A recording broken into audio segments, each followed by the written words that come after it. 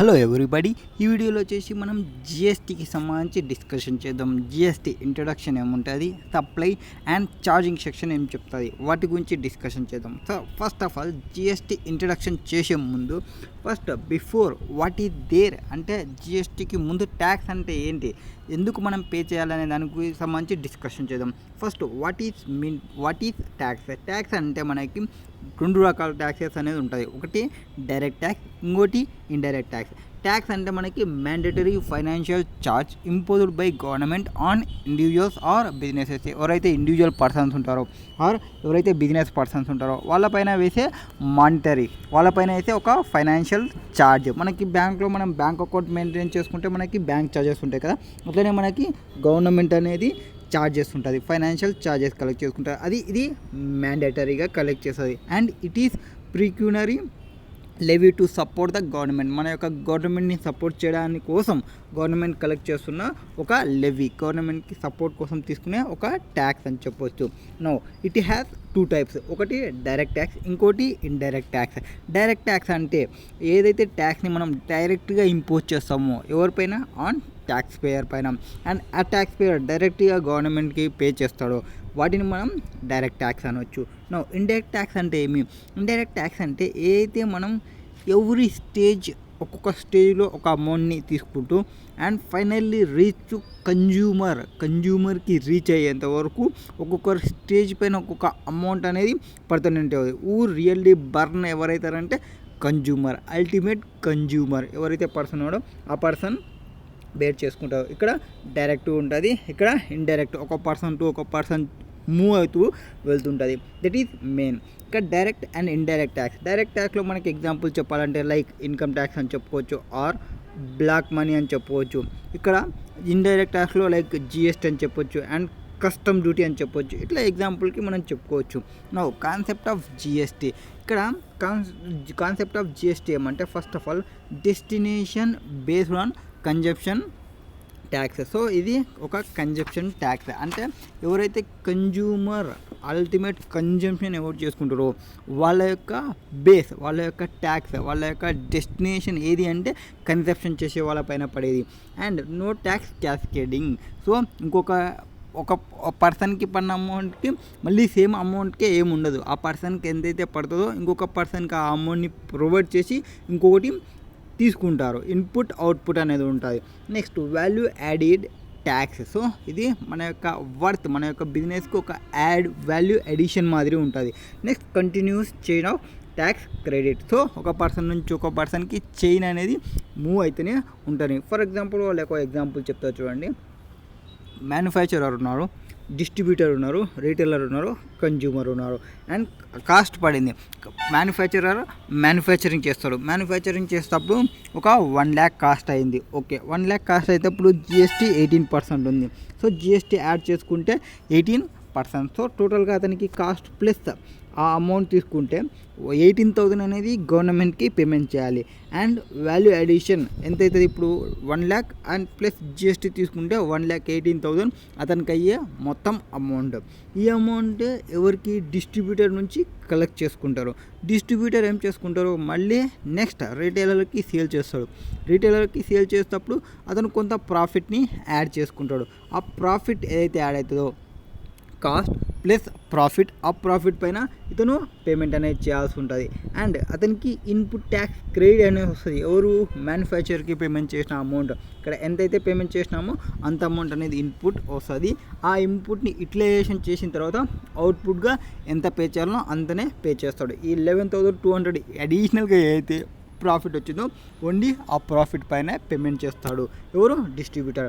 And distributor to retailer same అతనికి ఎంతైతే payment చేస్తాడో 20,006 ఇతనికి ఇన్పుట్ వస్తుంది. 24,451 ఇతనికి ఇన్పుట్ అనేది వస్తుంది. అది మెయిన్గా ఇది వాల్యూ అడిషన్ అనేది ఇక్కడ నిల్ అయిపోతుంది లాస్ట్కి వచ్చేపాటికి. Next what is first country to implement జిఎస్టీని ఫస్ట్గా ఇంప్లిమెంట్ చేసిన పర్సన్స్ ఎవరు అంటే ఫ్రాన్స్ ఇన్ 1954లో. లెజిస్లేటివ్ ఫ్రేమ్వర్క్ ఎట్లుంటుంది గవర్నమెంట్ ఆఫ్ ఇండియాలో? లెజిస్లేటివ్ ఫ్రేమ్వర్క్ అనేది ఎట్లుంటుంది? ఇంటర్ స్టేటా, అది ఇంటర్ స్టేటా? సో ఇంట్రాస్టేటా ఆర్ ఇంటర్స్టేటా. Now what is mean by intra, what is mean by inter. Inter means different states అనేది ఇన్వాల్వ్ అవుతుంది. For example AP, Telangana. So ఇట్లా 2 స్టేట్స్ డివైడ్ అయినాయంటే అది ఇంటర్ స్టేట్కి వస్తుంది. ఇంటర్ స్టేట్ విత్ ఇన్ ఏపీలోనే జరుగుతుంది. ఫర్ ఎగ్జాంపుల్ ఇక్కడ కర్నూలు అండ్ ఇంకోటి అనంతపురం, ఆర్ ఇక్కడ కర్నూలు ఇంకోటి కడప. సో ఇట్లా సేమ్ స్టేట్లోనే జరుగుతుంటే అవి ఇంట్రా స్టేట్ అంటాము. And in 2 or more states involve అయితే వాటిని మనం ఇంటర్ స్టేట్ అంటాము. ఇక్కడ ఐజిఎస్టీని లెవీ చేసుకుంటారు. ఇక్కడ CGST, UGST and UTGST. UTGST ఎవరంటే యూనియన్ టెరిటరీ వాళ్ళ కోసం తీసుకొచ్చినది యూటీజిఎస్టీ. ఇది వాటికున్న సంబంధించి. నెక్స్ట్ సెలెక్ట్ కంటెంట్ ఆఫ్ జిఎస్టీలా covered in 3B. So and intermediate ఇక్కడ సబ్స్టాంటివ్ లా ఏముంది, ప్రొసీజర్స్ ఏమున్నాయి అనేది తీసుకుంటాం. సబ్స్టాంటివ్ లా మనకున్న సిలబస్లో చూసుకుంటే సప్లై, కాన్సెప్ట్ ఆఫ్ సప్లై అంటే ఏమి, చార్జ్ ఆఫ్ జిఎస్టీ, ఎగ్జామ్షన్స్ ఏముంటాయి, basic concept time value of money ఏమి, టైం వాల్యూ ఏముంటుంది, టైం వాల్యూ ఆఫ్ సప్లై ఏమి, ప్లేస్ ఆఫ్ సప్లై ఏమి, ఇన్పుట్ ట్యాక్స్, క్రెడిట్ ఏమి, ఇవి సబ్స్టాంటివ్ లా. నెక్స్ట్ ప్రొసీజర్ లా. ప్రొసీజర్లో ఏముంటుంది, రిజిస్ట్రేషన్ ఎట్లా తీసుకోవాలి, ట్యాక్స్ ఇన్వాయిస్ ఏమేమి మెయింటైన్ చేయాలి, డెబిట్ నోట్, క్రెడిట్ నోట్ని ఏం మెయింటైన్ చేయాలి, అకౌంట్స్ రికార్డ్స్ ఏం మెయింటైన్ చేయాలి, ఈవే బిల్స్ ఎట్లా మెయింటైన్ చేయాలి, రిటర్న్స్ ఏవేవి ఫైల్ చేయాలి, పేమెంట్ ఎట్లా తీసుకోవాలి, ఇవన్నీ ప్రొసీజర్కి సంబంధించి. సో ఇక్కడ మనం ఇంటర్మీడియట్ లెవెల్ చూసుకుంటే substantive and procedure law of GST చూసుకుంటాము. Remaining provisions of GST law and entire custom law అనేది డిస్కషన్ చేసుకుంటారు ఫైనల్ లెవెల్లో. Now strategy for studying the subject. So first ఈ స్ట్రాటజీ మీరు చూసుకోండి, నేను డైరెక్ట్గా కాన్సెప్ట్లకే వెళ్ళిపోదాం. సో ఫస్ట్ జిఎస్టీ అంటే ఏంది, జిఎస్టీ ఇంట్రడక్షన్ ఎప్పుడు వచ్చింది, ఏమేమి స్టార్ట్ చేసినారు, ఎట్లా ఇంట్రడక్షన్ ఇచ్చినారు అనేది ఫస్ట్ చూసుకుంటే, జిఎస్టీ అనేది మనకి ఈ ఇయర్ 2000 ప్రైమ్ మినిస్టర్ ఇంట్రడ్యూస్ చేసుకున్నారు ఒక కాన్సెప్ట్ని ఇంట్రడ్యూస్ చేసినప్పుడు ఒక కమిటీ అనేది ఫామ్ అవుతుంది. And GST model for the country ఇప్పుడు 2000కి స్టార్ట్ చేస్తే మనకి జిఎస్టీలోకి ఎప్పుడు వచ్చింది, 2017లోకి వచ్చింది. 2000 to 17 ఇక్కడ అనుకున్నారు, ఇక్కడ implementation రేకింది. So it will take time for any thing. So ఏదైనా చేయాలనుకుంటే ఒక టైం అనేది ఖచ్చితంగా ఇన్వెస్ట్మెంట్ అనేది పెట్టాలి. Okay. Now 2006లో announcement by union finance ministers during the budget 2006 and 2007లో introduce చేసుకున్నారు, వాళ్ళు బడ్జెట్లో చెప్పుకున్నారు. And constitutions 122 amendments bill was passed introduced in Lok Sabha. 2014లో లోక్సభలో ఇంట్రడ్యూస్ చేసుకున్నారు. 2016లో ద కాన్స్టిట్యూయన్స్ 101 అమెండ్మెంట్ యాక్ట్. సో ఇది ఎంసీక్యూస్ వచ్చే ఛాన్సెస్ ఉంటుంది. ఏ అమెండ్మెంట్ యాక్ట్ కింద తీసుకున్నారంటే 101 అమెండ్మెంట్ యాక్ట్ కింద. Next all states except Jammu and Kashmir passed there SGST act. And GST council recommendations రూల్స్ని తీసుకోవడం, ఎస్జిఎస్టీ యూజిఎస్టీ వాటి యొక్క యాక్ట్ని తీసుకొని రావడం. ఫస్ట్ కౌన్సిల్ మీటింగ్ అనేది ఎప్పుడు జరిగింది, సెప్టెంబర్లో ఫస్ట్ కౌన్సిల్ మీటింగ్ అనేది జరిగింది. అని తీసుకొచ్చిన తర్వాత జిఎస్టీ అనేది లాంచ్ చేసినారు 1st July 2017కి. 8కి జిఎస్టీ ఇక్కడ ఏదైతే జమ్మూ అండ్ కాశ్మీర్ ఉందో అక్కడ కూడా పాస్ చేసేసినారు. అండ్ ఈ జర్నీ అనేది కంటిన్యూ అవుతుంది. Now we're in 2024. So 7 years of there journey. Now need for GST in India. ఇక్కడ డిఫిషియన్సీస్ ఇన్ ద ఎడిషన్స్ అంటే మనకి ఏవైతే ఉన్నావో వాటి యొక్క డిఫిషియన్సీస్ని తీసేసుకుంటూ మనం తీసుకొచ్చినాము. Goods and service tax, a cure for ill of worth while indirect tax rising. Indirect ట్యాక్స్లో ఉన్న హెల్త్ ఇష్యూస్ని ఇవన్నీ జిఎస్టీ క్యూర్ చేస్తారన్న assumption. Next deficiencies in value addition. So value అడిషన్లో ఉన్న డిఫిషియన్సీస్ ఏమేమి ఉన్నవి వాటికి సంబంధించి చూస్తే, first non inclusion of several local levies in state VAT. So ఇంతకుముందు మనకి ఏముండే వ్యాట్ అని, ఎక్సైజ్ డ్యూటీ అని, సిఎస్టీ అని ఇట్లా ఉండే. సో ఆ వ్యాట్లో కొన్ని ట్యాక్సెస్ అనేది లేవు. ఏవి లైక్ లగ్జరీ ట్యాక్స్ కానీ, ఎంటర్టైన్మెంట్ ట్యాక్స్ కానీ ఇట్లాంటివన్నీ లేవు. Next cascading effect of tax on account, levy on non-vatable CST, and inclusion of SENVAT credit of value imposing VAT. So ఇట్లా క్యాస్కేడింగ్ ఎఫెక్ట్ అనేది ఉండే ఎప్పుడైతే వ్యాట్ ఉందో. Next no CENVAT after manufacturing stage. So CENVAT credit అనేది provide చేయకుండా ఎవరికి, manufacturer stage వాళ్ళకి. Non integration of VAT and service tax. ఇంతకుముందు సర్వీస్ ట్యాక్స్ అని ఉండే, సర్వీస్కి గూడ్స్కి అయితే వ్యాట్ ఉండే, వాటికి ఇంటిగ్రేషన్ అనేది లేకుండా. Next double taxation of certain transactions has goods. వాటి కోసం మనం ఏమేమి తీసుకొచ్చినారు, జిఎస్టీ అనేది తీసుకొచ్చినారు. ఎందుకోసం, creating one economy in India, filing to make India initiative and flow గూడ్స్కి సర్వీసెస్కి ఒకటే ట్యాక్స్ ఉండాలని వీళ్ళు తీసుకొచ్చిన కాన్సెప్టే goods and service tax. So ఇది ఇంట్రడక్షన్ తీసుకుంటుంది. అండ్ ఈ జిఎస్టీ అనేది తీసుకొచ్చిన తర్వాత ఆ పర్సన్స్ ఫ్రేమ్వర్క్ అనేది ఎట్లా ఫ్రేమ్ చేసినారు జిఎస్టీకి సంబంధించి ఇండియాలో, concurrent dual GST model. So ఇండియాలో ఉండేదేమి కాన్కరెంట్ డ్యూయల్ జిఎస్టీ మోడల్ అనేది ఇండియాలో ఇంప్లిమెంట్ చేసినారు. అండ్ ఇక్కడ ఏదైతే ఉందో acts adapted due to unique federal structure of India. ఎక్కడి నుంచి అడాప్ట్ చేసుకున్నాం మనం, unique federal structure of India నుంచి అడాప్ట్ చేసుకున్నాం. Power granted to both centre and states to concurrently tax the completely supply chain from production to distribution. So మొత్తం production, distribution, centre, state currently ఏమేమి tax ఉన్నాయో వాటన్నిటికీ powers అనేది provide చేయడము. And centre ఏదైతే ఉంటుందో power to tax inter state, and స్టేట్స్కి వాళ్ళ యొక్క ట్యాక్సెస్ సర్వీసెస్ ఏవైతున్నాయో వాటిపైన ఇంతకుముందు ఉండే. ఇప్పుడు classification based on HSN. So HSN నెంబర్ని ప్రొవైడ్ చేసి ఆ హెచ్ఎస్ఎన్ నెంబర్తో వాళ్ళు ఇప్పుడు ప్రొవైడ్ చేస్తున్నారు. హెచ్ఎస్ఎన్ నెంబర్ అంటే మనకి ఒక్కొక్క గూడ్స్ ఏవైతే ఉంటుందో, ఒక్కొక్క సర్వీస్ ఏవైతే ఉంటుందో వాటన్నిటికీ ఒక నెంబరింగ్ అనేది పెట్టడము. నెంబరింగ్ పెట్టడం వల్ల ఏమవుతుంది, నెంబర్స్ అనేది మనకి డిఫరెంట్ ఐటమ్స్, సేమ్ నేచర్ ఉన్న ఐటమ్స్ ఉంటాయి. సో సేమ్ నేచర్ ఐటమ్స్ అన్నీ ఒక గూడ్స్కి వస్తాయి. ఇంటర్నేషనల్ లెవెల్గా మనం ఈ నెంబర్ చెప్తే ఆ ఐటమ్ అనేది ఓపెన్ అయిపోతుంది. Next classification determine the rate of tax applicable on particular supply of goods and services. So ఈ నెంబర్తో మనం పర్టికులర్ గూడ్ అండ్ ఐటమ్స్కి ట్యాక్స్ రేట్ అనేది ప్రొవైడ్ చేసుకోవచ్చు. Schedule of rate notification for goods under GST based on first schedule to custom tariff. Indian custom tariff is based on HSN. So మొత్తం custom అనేది HSN ద్వారా నుంచే run అవుతుంది. Next HSN అంటే ఏమి, హార్మనైజ్డ్ system of non మెనిక్యులేచర్. And HSN is multipurpose international product.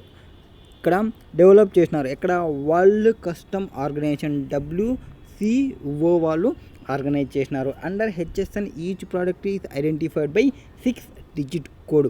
And దానికి కావాలనుకుంటే ఇంకా 8 డిజిట్ కోడ్ కూడా ఎక్స్టెన్షన్ అయిపోతుంది. Next chapter 99 of tariff has been assign to services. So సర్వీసెస్కి సంబంధించి చెప్తారు. Now come to GST. So GST in India introduction చేసుకుంటే ఇదంతా మనం బ్యాక్గ్రౌండ్ హిస్టరీ చెప్పినాము. ఇంతవరకు ఏదైతే ఉందో వాటికి సంబంధించి ట్యాక్స్ అంటే ఏమి, సోర్స్ అంటే ఏమి, వాటికి సంబంధించి ఇప్పుడు జిఎస్టీకి సంబంధించి చెప్తాము. ఫస్ట్ కామన్ పోర్టల్ అనేది ఉంటుంది. కామన్ పోర్టల్ ఏమి మనకి www.gst.gov.in. అక్కడ మనకి ఆ website managed by GST network వాళ్ళు మేనేజ్ చేస్తుంటారు. ఆ సబ్సైట్ మొత్తం హోలీ ఓన్డ్ గవర్నమెంట్ ఇండియాకి సంబంధించి గవర్నమెంట్ ఆఫ్ కంపెనీ, ఇది గవర్నమెంట్ కంపెనీ హోలీ ఓన్డ్ అయిపోతుంది. Setup by the government to establish a uniform interface to ఎవరైతే ట్యాక్స్ పేయర్స్ ఉంటారో and common and shared IT infrastructure between the centre and state. So ఒక common వేలో పోవడానికి, ఒక కామన్గా ఉండడం కోసం సెంటర్కి స్టేట్కి ఆ ఇన్ఫ్రాస్ట్రక్చర్ అంతా చెక్ చేసుకుంటారు. Functions of GST. ఫంక్షన్స్ ఏమేమి వర్క్ చేస్తుంది అంటే ఫెసిలిటేటింగ్ రిజిస్ట్రేషన్, మీకు రిజిస్ట్రేషన్ కావాలంటే రిజిస్ట్రేషన్ని ప్రొవైడ్ చేస్తుంది. Computation and settlement of IGST. So ఐజిఎస్టీలో ఏమైనా ఇష్యూస్ వస్తే వాటిని కంప్యూటేషన్ చేయడానికి, ఆ సెటిల్మెంట్ చేయడానికి యూజ్ అవుతుంది. Next matching the tax payment details with banking network. Banking నెట్వర్క్తో లింక్ చేస్తుంది ట్యాక్స్ పేమెంట్స్కి. మనం పేమెంట్ చేయాలంటే డైరెక్ట్ ఆన్లైన్లో చేయడము, డెబిట్ కార్డ్ చేయడము యూజ్ చేసి చేయొచ్చు. Next forwarding the returns to central and state authority వాళ్ళు. సో సెంట్రల్ గవర్నమెంట్కి, స్టేట్ గవర్నమెంట్కి వాళ్ళే ఫార్వర్డింగ్ అనేది చేస్తారు రిటర్న్స్ని.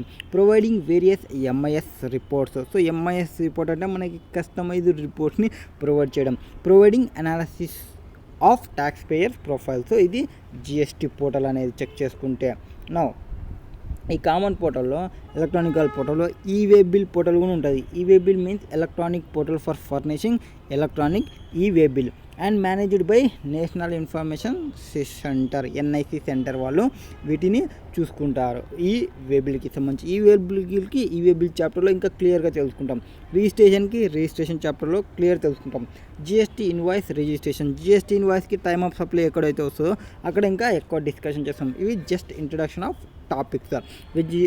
Website of reporting e invoices. ఎప్పుడు ఇన్వాయిసెస్ని స్టార్ట్ చేసినారు? ఫ్రమ్ 2017-18 నుంచి. ఎవరైతే అగ్రిగేట్ టర్న్ ఓవర్ అనేది మోర్ దెన్ 5 crores ఉంటుందో in preceding financial year from 2017-18 నుంచి, ఫ్రమ్ 2017-18 ఆన్వర్డ్స్ నుంచి ఎప్పుడైనా మీకు 5 crore ఎక్సీడ్ అయిందంటే ఎస్ మీరు applicable for e way bill. Managed by NIS వాళ్ళు మేనేజ్ చేసుకుంటారు, మినిస్ట్రీ ఆఫ్ ఎలక్ట్రానిక్ వాళ్ళు. Next GST compensation cess. GST compensation cess అంటే ఏమి? ఇప్పుడు జిఎస్టీ రావడం వల్ల కొన్ని స్టేట్స్ అనేది ఎఫెక్ట్ అవుతాయి. ఆ కొన్ని స్టేట్స్ ఏవేవైతే ఎఫెక్ట్ అవుతాయో వాళ్ళందరికీ పేమెంట్ చేయడానికి కొంత కాంపెన్సేషన్ అనేది గవర్నమెంట్ పేమెంట్ చేస్తాయి. ఆ కాంపెన్సేషన్ పే చేయడానికి గవర్నమెంట్ అనేది ట్యాక్స్ పేయర్స్ నుంచి సెస్గా కలెక్ట్ చేసుకుంటుంది. That is compensation cess. Whoever affected because of this GST రావడం వల్ల ఏ స్టేట్స్ అయితే ఎఫెక్ట్ అయినావో వాళ్ళందరికీ కాంపెన్సేషన్ పే చేస్తుంది. ఆ కాంపెన్సేషన్ కోసం కలెక్షన్ చేసేదే cess. So compensation cess. Objective is to provide compensation to the states for the loss of revenue arising on account of implementation of GST implementation వల్ల ఎవరెవరైతే loss అయినారో వాళ్ళ కోసం levied under GST. So GST act ప్రకారంగా compensation అనేది తీసుకుంటారు. And levied and specified goods, అన్ని goods పైన అంటే నో, అన్ని గుడ్స్ పైన కాదు, ఓన్లీ స్పెసిఫైడ్ లగ్జరీ ఐటమ్స్ పైన, డిమెరిట్ గూడ్స్ పైన, example pan masala, tobacco, aerated water, motor cars etcetera ఇటువంటి ఐటమ్స్ వాటిపైన మాత్రమే వాళ్ళు కాంపెన్సేషన్ అనేది కలెక్ట్ చేసుకుంటారు. Levied on value of supply initially levied till 30 June 2022, but దాన్ని ఎక్స్టెన్షన్ చేసినారు 31 March 2026 వరకు వాళ్ళు కాంపెన్సేషన్ అనేది కలెక్ట్ చేస్తూనే ఉంటారు. నెక్స్ట్ ట్యాక్స్ సబ్స్యూమ్డ్ ఇంటూ జిఎస్టీలో ఏవే ఐటమ్స్ అనేది ఇన్క్లూడ్ అయిపోయినవి.